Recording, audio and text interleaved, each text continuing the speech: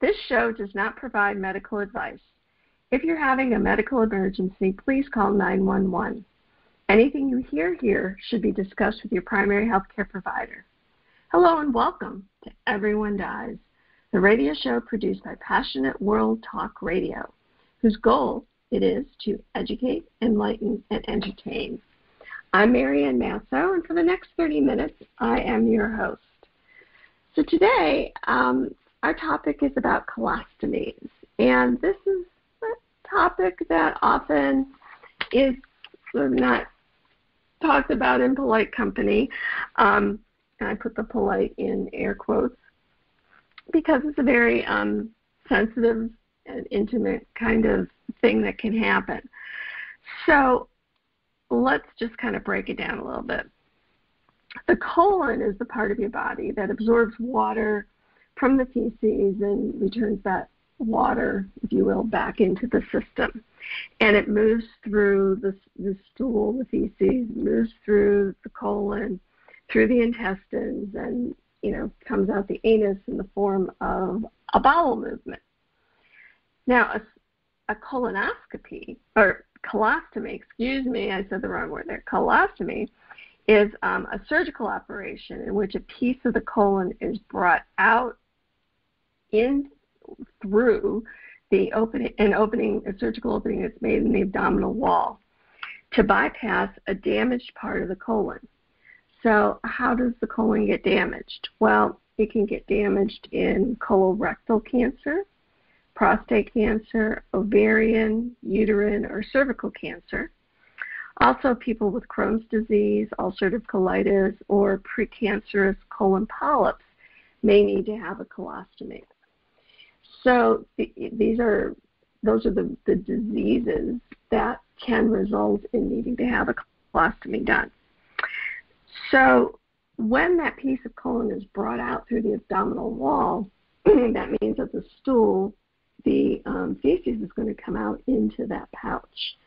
And that needs to be emptied and cared for and worn. So we're going to talk with Chris Berry today, who was diagnosed 10 years ago with colon cancer and had his colostomy about 10 years ago. So welcome, Chris. Thanks, Marianne. Great to be here. It's great to have you. So you're unique in lots of different ways, I'm finding out. One is that you were training for an Ironman marathon, which those of you who don't know what an Ironman marathon is, a bike, swim, and run race of incredible proportions. How many miles are each of those? Well, it's in total, it's 140.6 miles, so it's a long day for the person doing it, and in my case, I was kind of slow, so a long day for my family to wait for me to finish, but I was able to get it done, so it was a good day. So the swimming part is, what, 2 miles? Yeah, a little over 2 miles, and then the bike ride is 112 miles, and then at the end, then after that bike ride, you get on you hit the road and start a full marathon, 26.2 miles. So it's a long day. Yeah, I'm just imagining, maybe the swimming, but after that, it'd be time for hot dogs and hamburgers for me. So you were training for this, had your cancer diagnosis, did your treatment, had your colostomy, and then you ran this marathon. So for anybody who has a colostomy or anybody who's trying to think about it, they're saying, so how the heck do you do that when you have a colostomy? So if you can take us back to when you first had that surgery and some of your thoughts and how you figured out how to adapt that appliance. Some people name their colostomies. I don't know if you did, but you can tell us that. How did you adapt to that? Yeah, that's a good question. I didn't name it. I've talked to a lot of people who have known named their stoma. They give it a kind of friendly name that Charlie is, doing this or that. I did when I went back to work. A person that I worked with quite a bit, and occasionally your stoma can make noise, particularly as you're getting kind of used to it in the most inopportune moments in a quiet conference room. And while I didn't name it, I did say that every time it made noise, I would turn to my friend Rebecca and say, "Man, Rebecca, that was loud," and blame the noise on her. So I guess in some ways maybe I named it that. I don't know. She was a good sport about it. But anyway, so yeah, first of all, when I found out I had to have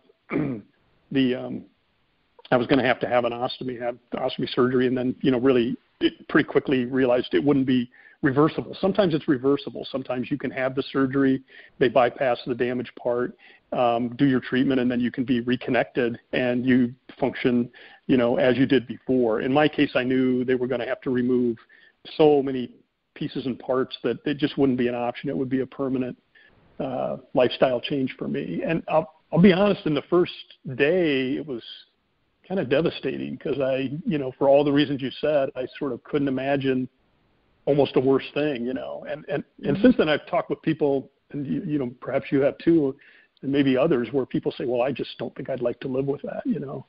I never quite went there, but it was just hard to contemplate. And then when you you go and you Google the images, it's shocking to see, honestly, what that's going to look like. A piece of your intestine is going to, protrude through your abdominal wall. And, it's unusual to see your insides on your outside. And, right. It's a very, graphic kind of image.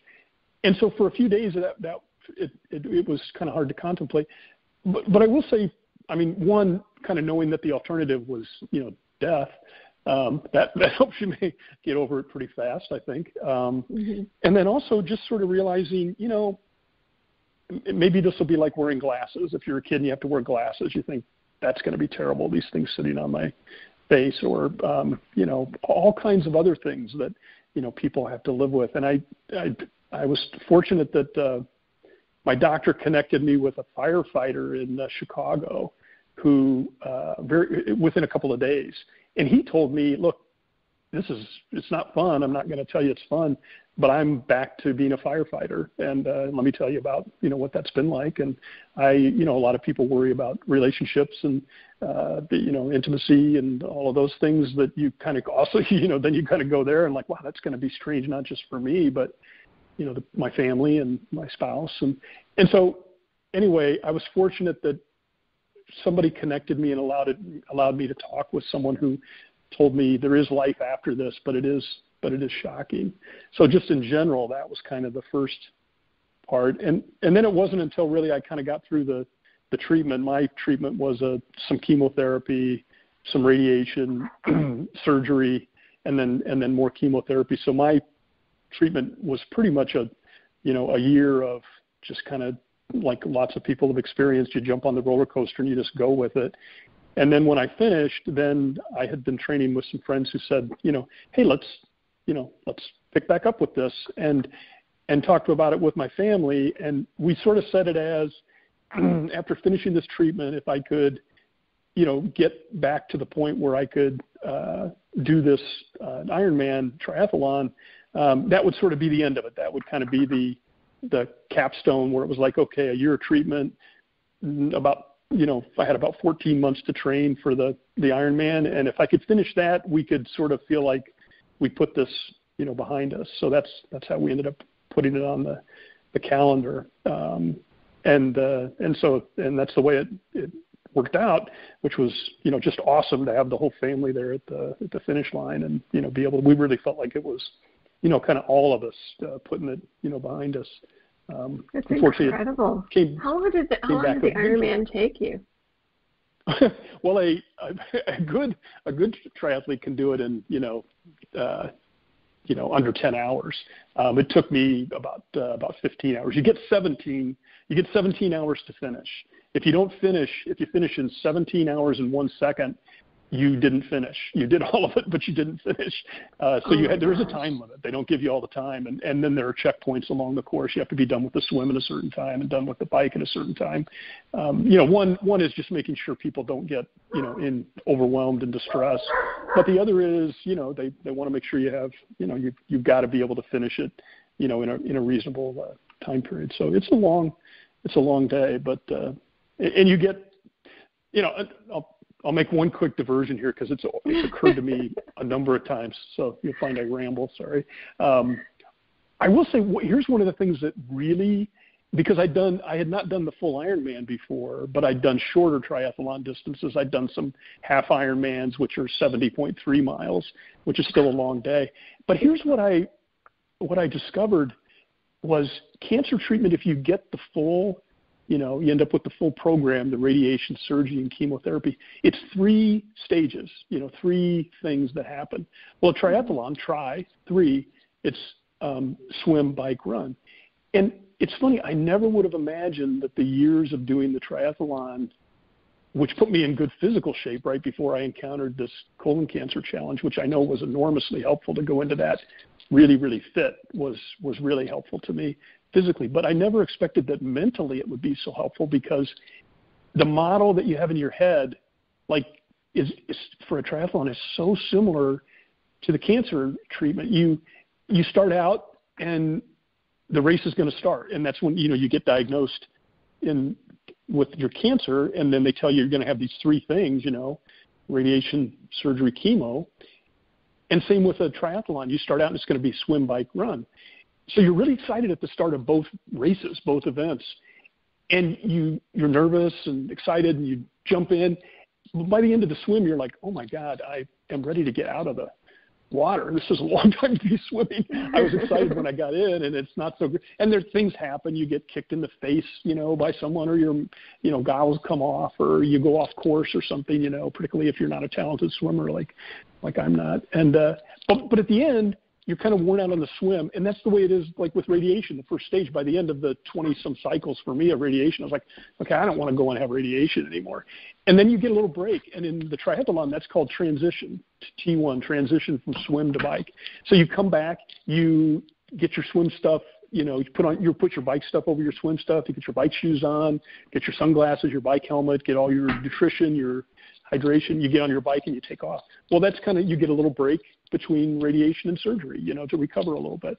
And so that's the transition in cancer. Then by that point, you're kind of excited for the next thing. It's like, oh, good, I'm glad to be on the bike. Get out there and start riding my bike. Well, same with that. It's like I'm weirdly happy to be onto the surgery next phase of this thing, and you do the surgery. And then at the end of that, you're like, wow, that was kind of hard. Now I'm recovering from that, and you're on pain meds, and you're like, wow, now I've got this, thing through my abdomen, and a lot of parts were removed, and it's kind of like the bike and the triathlon. You're like, now I'm ready to get off the bike. Then you get another little break between surgery and chemo, and same with that, and then you start the run in a triathlon, or you start chemo. And so I guess what helped me mentally was that model of, you're going to go through these, it's one big long race, but it has these 3 phases, and you're going to be on this up and down of excited to start the next phase, worn out at the end of that phase, get a little break, kind of excited to start the next phase.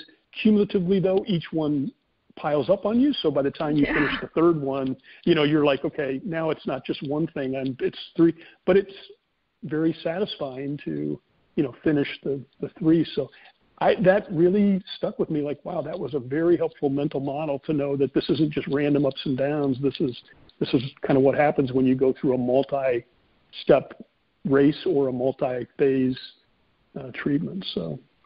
That is really a good way to conceptualize, for those people who are listening, even if you don't have a colostomy, but if you're going through multiple stages like that, and you could even apply it to, child raising, going through the staying up all night, and then except I think child raising doesn't really ever end, but that's a whole other story, right, Chris?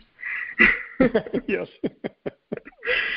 So how did you figure out how to run an Ironman with a colostomy? Because like I've said, that's a bag hanging on the outside of your body. How did you do that? I started to do, well, first I asked my doctor and my WOCN, wound care and ostomy nurses. These are amazing nurses that specialize in helping people with all kinds of wound cares, but and an ostomy is basically an open wound. I think at first I was kind of like, well, why is it a wound care nurse? Well, if you think about it, you have an opening and your intestine is coming. So it is like a wound, but it's not a wound in a bad way. It's a wound in a good way. And so talking with them, they were a little perplexed, and I've since talked with other people who have, done marathons or triathlons with ostomies and had similar experiences where it's not quite that common, but it's becoming, maybe a little more as people get more and more active and want to do all these things. But I started with them, and they said, well, you should be able to do that, but honestly, we can't really tell you, exactly how to. So I started doing a lot of just research, looking for products that might help me, that would help the appliance, stay on when you get, really wet and sweaty and are really moving around. So both looking at some of the manufacturers, and I happen to use the Hollister products. So kind of looking at their product line and just, kind of finding what were more durable versions of their adhesive, which they offer, some varieties. And so doing that. Let me just interrupt you right there. I'm sorry, but for those people who are listening, when we talk about an appliance, I don't know what image is coming into the uninitiated mind, but the appliance is that plastic bag that has like a sticky part on it, and there's a collar that there's different ways that these work, but they can snap on.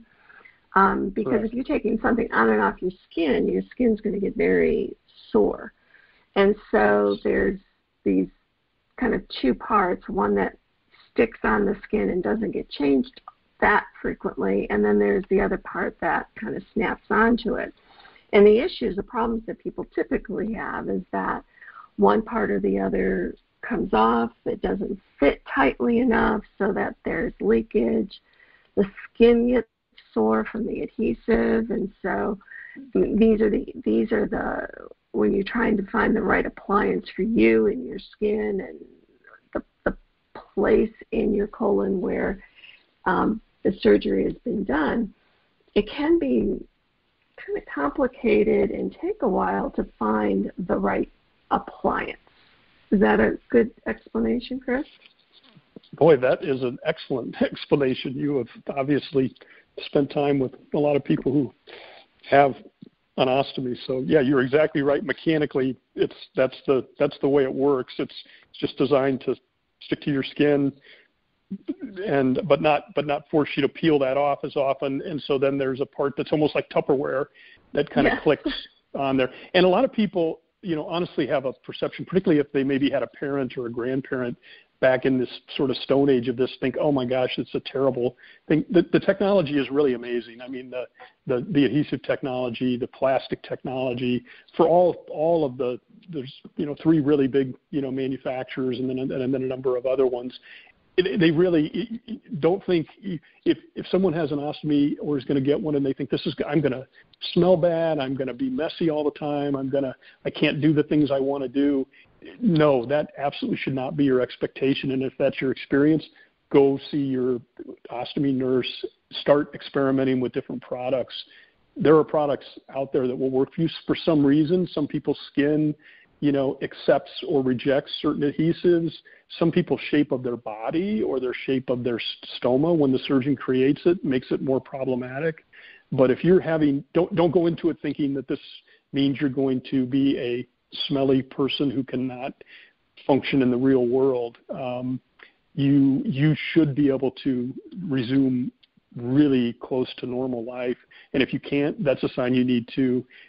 All these companies will send samples to you, get samples, try things, experiment, and then when you find what works, stick with it. But ask people if you're having a bad experience. Ask people, because you should not live with a bad experience. I mean, in addition to doing these physical activities, I had a job that required that I traveled all around the world. So I would go to China for weeks with an ostomy and fly to Shanghai, and yes, that was a little stressful at first, but you have to kind of be prepared and get organized. But you can do everything you could do before, and if you're not, then do research, talk with people, and get there, because you should be able to. And don't take no for an answer. So one of the things that Chris was telling me is that he has specific needs in terms of being able to do the Ironman, and so you found a company that, what exactly did they make? It was some sort of belt, you said? Yeah, I tried. I looked to see, because even no matter how well the basic appliance works, the part that sticks to you, and then the pouch that collects and is detachable and disposable as much as you need to dispose of it, that collects the output. As output collects in it, it can be, it's obviously there's going to be some weight and some mass in there, and that creates two issues for people. One is visibility. If you're wearing tighter clothing or any clothing and output begins to come into that pouch, you begin to feel like it's getting visible, and you may be at work or out and about, and it makes you self-conscious. You kind of feel like, I think people can see that there's something on my abdomen. So having some sort of a garment of some sort, and in this case, what I found worked well for me is something called a stealth belt, which basically is a pretty, as it turns out, more sophisticated than I imagined wrap, but works really well to not put so much pressure on the appliance that it restricts the function of it, the flow and the function, but puts just enough on it so that it is less visible. It's more discreet. So that's one thing that lots of people are very interested in. And then the other is just, if you're going to be active, like think about running or think about doing yoga or swimming, if there's output in that, it becomes either a weight that can kind of bounce and begin to pull the device away from your body, no matter how strong the adhesive is, or it can be, it can just be uncomfortable to have that kind of weight. So it supports the little bit of weight that happens in that output. So I tried a number of different things. I found this is the product that worked really well for me, and that's what I use to do, to do really all of my activities, and daily wear, sleeping. There are several different, kind of versions of not just this company's, but other companies, and there are a number of companies that make products like this, but some that are really, really good for swimming and surfing. The Richard O'Hamel, the person who invented this, is a surfer, and so he's made one that's made out of neoprene, and you can surf the big waves, and this thing will not come off, and then all the way down to something that is very lightweight and you can sleep in very comfortably. So kind of like the products from Hollister and other companies, look around, find what works for you. And you have to experiment, just a little bit. But I found to do any kind of activity like this, I needed something beyond just the basic appliance that was going to hang from my body. I needed something that provided more support. So does the bag that hangs from your body go into this belt? It does. So there's and so if people do a little research, they'll see there are really kind of two sort of varieties. One is, if you think about like a pregnancy band that you could buy, anywhere that's pretty inexpensive, that you just would slip up, a woman would slip up over her abdomen. That's sort of the low end of keeping the product or keeping the device less visible, because it's this piece of stretch fabric that goes over. The downside is it presses uniformly all the way around your body. What's interesting about the stealth belt, or made it work well for me and for other, and again, other companies make these, is that the pouch actually goes inside, or the collection pouch goes inside almost like an envelope that has a zippered opening. So there's a backing on it that's kind of tight, that's tight against your abdomen, but it has a hole cut through it for the stoma to come through. And then there's a different kind of fabric, a different tension on the outside that still puts some pressure on the pouch, so that it is supported and less visible, but not so much pressure that if you think about if you put your hand right on top of that stoma, you would restrict the output. So that's what makes it a little more sophisticated than just a pregnancy band, and honestly a little more expensive, which some people request. That's a lot of money. And so, but it works. What it does is support, conceal, but it does it and still allows it to, to function well. And I think if you add it up, people look at that and say, oh my gosh, I might pay, $100 for something like that. But it's going to last you, depending on how often you wear it and what kinds of things you do. If you're swimming in salt water, a little less. If you're going swimming every day in salt water, on the other hand, if you're using it for yoga, it's going to last you, a couple of years. I have some that are 3 or 4 years old. So it's like 5 cents a day, to kind of get your life back or something like that. Or, you pay more for socks, so if you think of it that way. So anyway, for me, it was well worth it. Yeah, exactly. And so anyway, I tried that. It worked well for me after trying a couple of different things, and then I used it to train. And then the other, considerations were just, well, what do you do when you're out on a long bike ride and, no matter what, it's just time to do some medical maintenance. So I learned how to get very comfortable taking all the supplies I might need with me on a long bike or run, being able to change it on the road if I had to. So I had to learn how to do it not in front of the bathroom mirror, but standing on the roadside, maybe somewhere, which I got to tell you is a real showstopper. If a car goes by while you're changing out that, they are going to look at you a little funny, like what the heck's going on there. But it doesn't happen very often. But those are the two things really, is just find what works for you, and then just be prepared for any eventuality, because it could happen that despite the best laid plans, your stoma is going to get active in the middle of a long run or bike, and you're going to have to maybe deal with a little maintenance while you're out there, and you can't be paralyzed by that. Right. So the other thing that I hear when I talk with people who have colostomies is issues about body image, and I worked primarily with women in the the gynecological cancer group, which is another big group that can end up with colostomies and not feeling sexy, or not feeling like they could wear clothes that they normally would have worn. Do you have any insights in terms of, did you go through that period where you thought, well, I don't look so good anymore, or feelings like that? Yes. So I'd say I think you're right that I think it's probably a little bigger issue, maybe for women, although maybe not. I don't know. It's maybe a sexist thing to say. I'm not sure.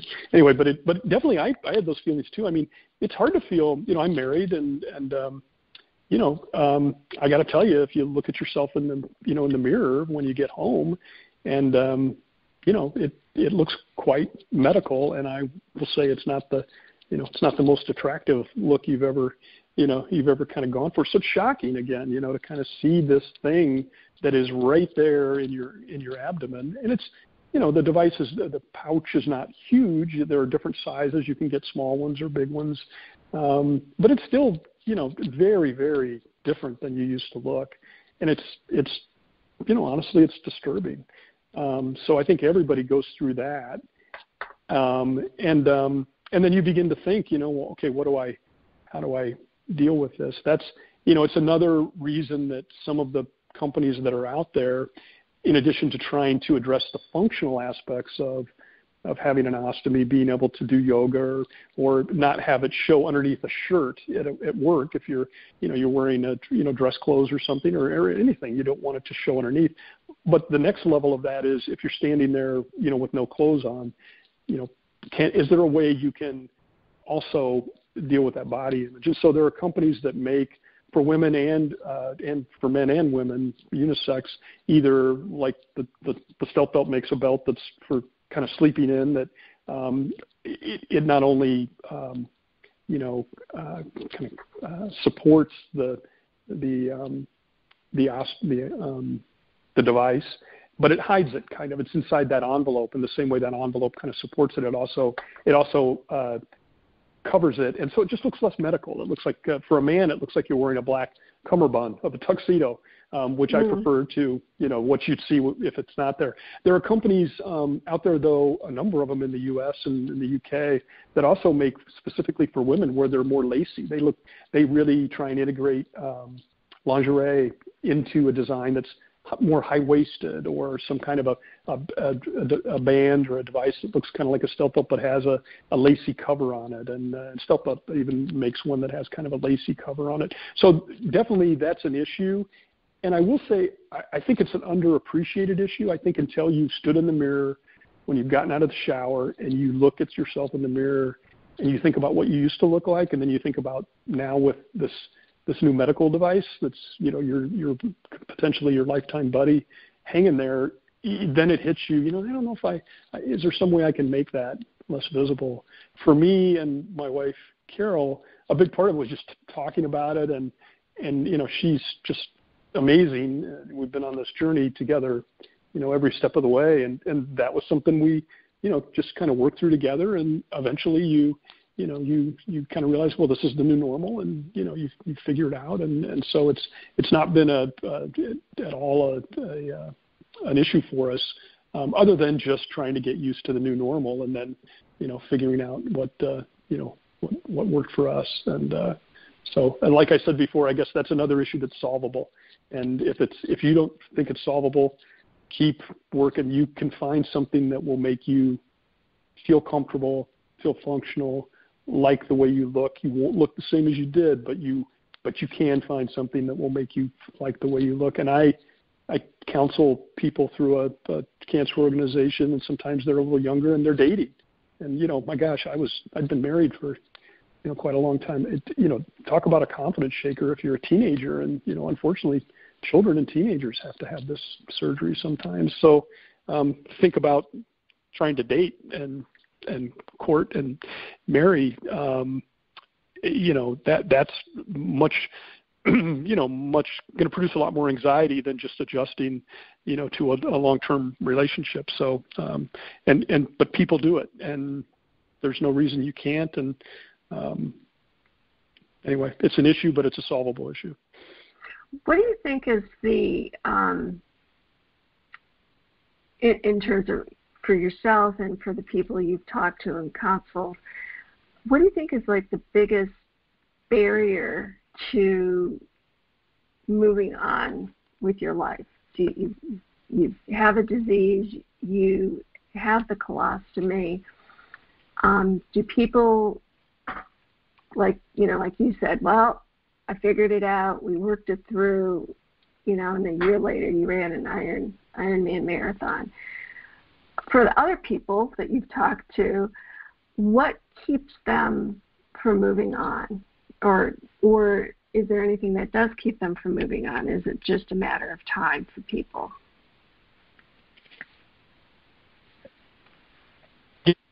Everything from what you just said. You know, I'm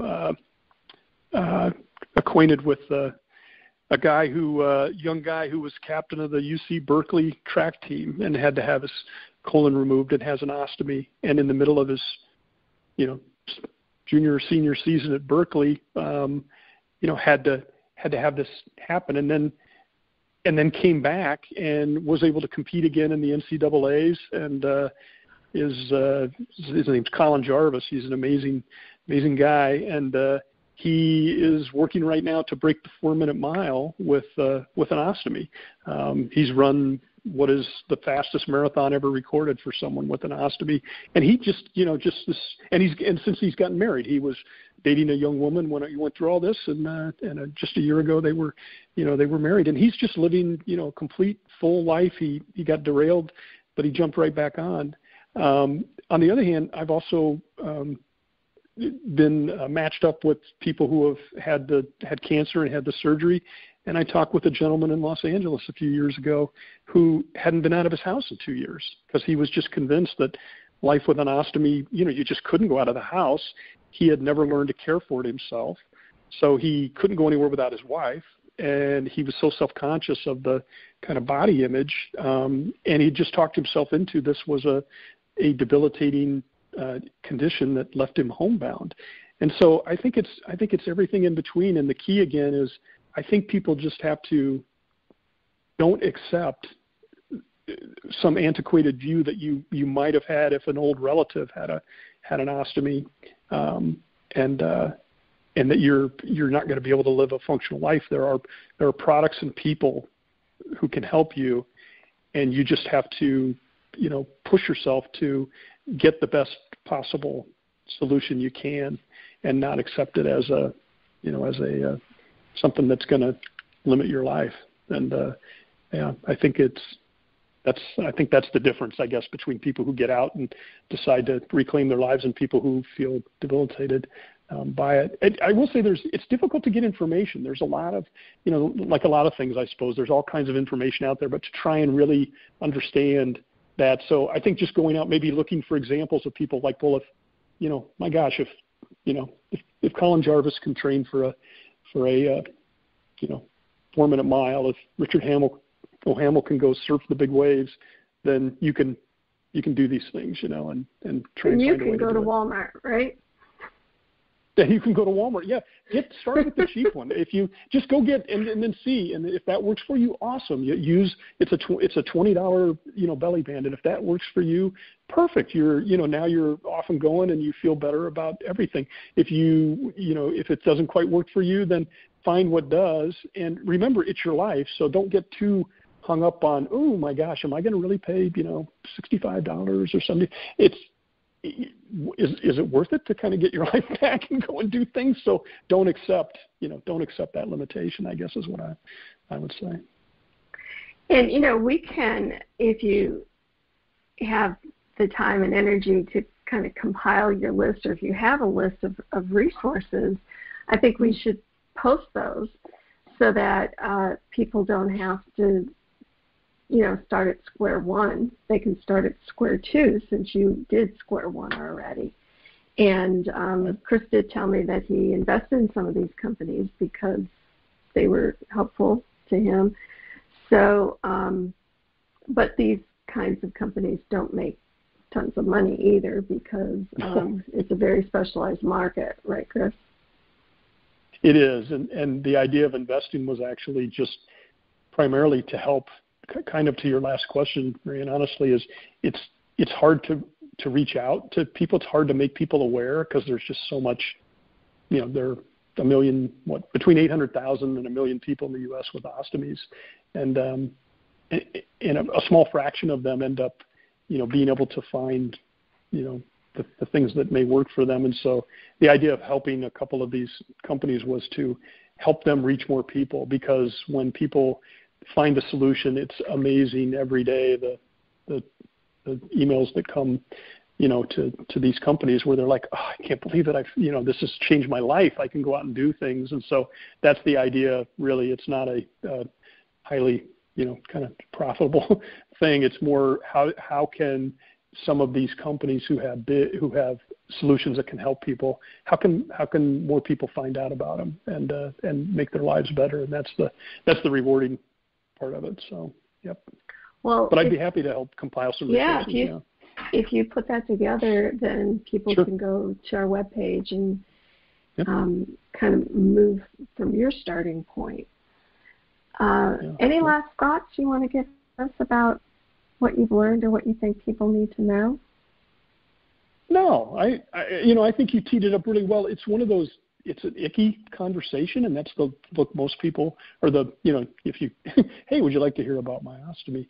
I've often thought, when I first had cancer, I remember at one point and had to have an ostomy. Another thought I had was, why couldn't I have, although this probably would have been, certainly more terrible, but like having maybe my leg amputated and getting one of those cool metal blades on my leg, that like cool, the Blade Runner, high-tech artificial leg, that if I have to have something removed. Now those are sexy. Yeah, exactly. Nice titanium leg, carbon fiber, super fast. And I thought that would be cool, because that people would walk up to you on the street if you were in shorts and go, wow, that's really cool.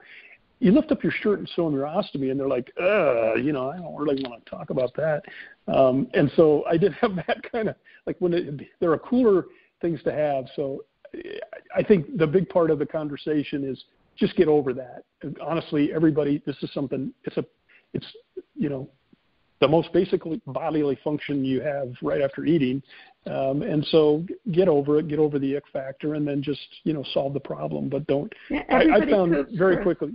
Yeah, exactly. That's the book I was just thinking of for my kids. So. But anyway, that should be the title of this, I guess. Everybody poops. But anyway, as popular as Everyone Dies. Yeah, that's true. That's the other. Excuse me. We all do those things. Oh, I'm going to kill Chris with my great wit and humor here.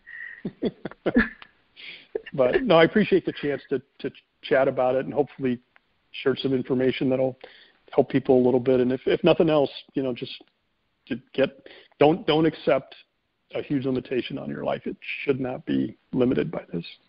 That's right. You didn't, go through that radiation and that surgery and that chemo to stay home.